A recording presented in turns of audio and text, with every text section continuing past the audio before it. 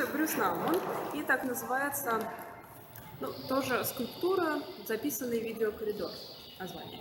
В 70-е годы пионер искусства, исследующий пространство, например, есть инсталляции, где он обклеивает пол, что типа монтажного скотча, делает такой прямоугольник и начинает его буквально исследовать, то есть ходить по периметру этого прямоугольника и получать какие-то ощущения. А в данном случае у нас коридор. Сначала предлагаю пройти по очереди, но затем попробуем выяснить, в чем дело. Смотрите на экраны.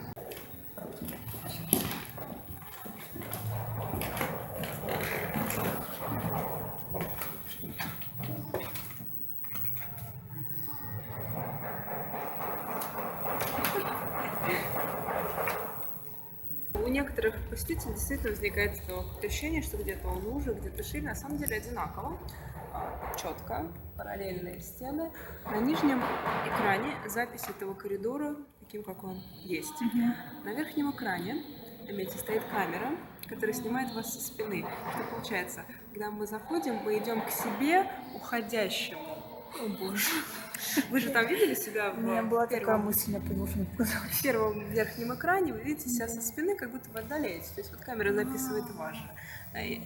В те годы это достаточно современное устройство, потому что тогда еще не у всех были телевизоры, а тут еще и камера, и сразу же записывает. Да? То есть нам всегда нужно соотносить, когда инсталляция создана и что тогда было возможно технологично. Но это опять-таки исследование человека, то есть почему мы иногда заставляем себя идти, хотя здесь же неудобно идти, он очень узкий, да, но никто еще не развернулся на середине и не пошел обратно.